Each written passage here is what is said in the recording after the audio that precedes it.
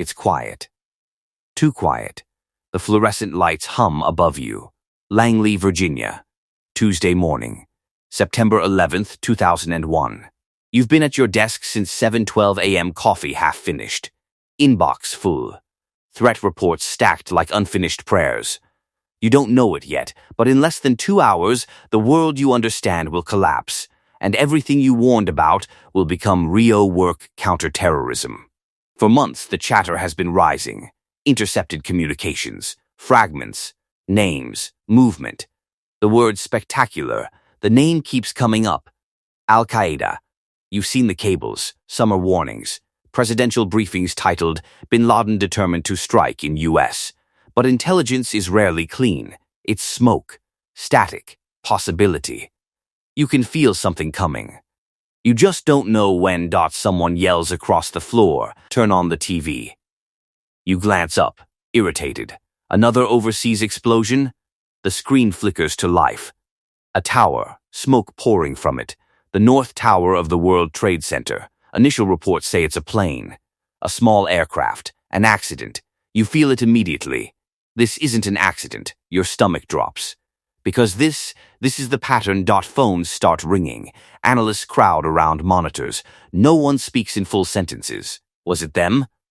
Is this it? Do we have chatter? You check overnight intercepts. Nothing definitive. No claim yet.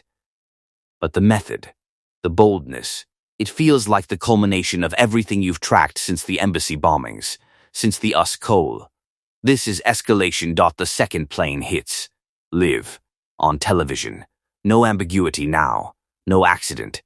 You hear someone whisper, war. The room changes temperature. You are not watching a tragedy anymore. You are watching a declaration. Within minutes, secure lines are active. You're pulled into a conference room. Senior officers. Rapid briefings. Director George Tenet is en route to the White House. The question on everyone's mind. Did we miss something? You replay the months, the warnings, the Phoenix memo, the intelligence fragments that never quite formed a picture. You feel the weight pressing down. Because maybe the clues were there. And maybe they weren't loud enough. New reports flood in. A plane hits the Pentagon. Another is unaccounted for. You're not just dealing with New York anymore. This is coordinated, strategic, the kind of operation that took years to plan. Your job now shifts instantly. Find out who did this. Find out what's next. Because if 4 planes are in the air, there could be more. For the first time in your career, you see it. Not panic, but vulnerability. You work for the most powerful intelligence service in the world. And right now, you are blind. There is no immediate intercept, no triumphant breakthrough, no dramatic computer hack, just uncertainty. And the possibility that this isn't over. The towers fall. The room goes silent. No one prepared you for the sound of a nation collapsing live on television. You're trained to analyze threats overseas. Now the battlefield is home. You realize something irreversible just happened. The rules have changed. Y afternoon. The tone inside headquarters hardens. This is no longer prevention. This is response.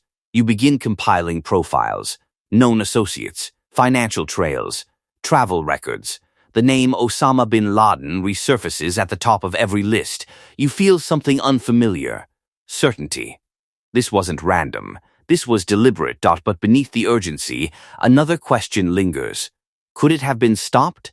You remember the briefings, the frustration of incomplete intelligence, the bureaucratic walls between agencies, information that didn't move fast enough. You weren't asleep. But maybe the system was. And now, 3,000 lives are the cost. By evening, Langley feels different. More guarded. More aggressive. You're no longer analyzing threats. You're preparing for retaliation. Afghanistan becomes the immediate focus. Safe havens, training camps, leadership compounds. The mission becomes clear. Dismantle the network. Prevent the next attack. At any cost, you notice something inside yourself changing. Before today, intelligence work was abstract. Maps, reports, probability. Now it's personal.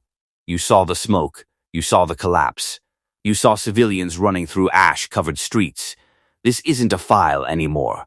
It's vengeance mixed with duty. You stay at your desk long after sunset. The building never empties. New task forces are formed overnight. Authorities expand. Budgets expand. Mandates expand. You know this moment will reshape. Surveillance powers. Counterterrorism policy. Foreign wars. History pivoted today. And you were inside the room.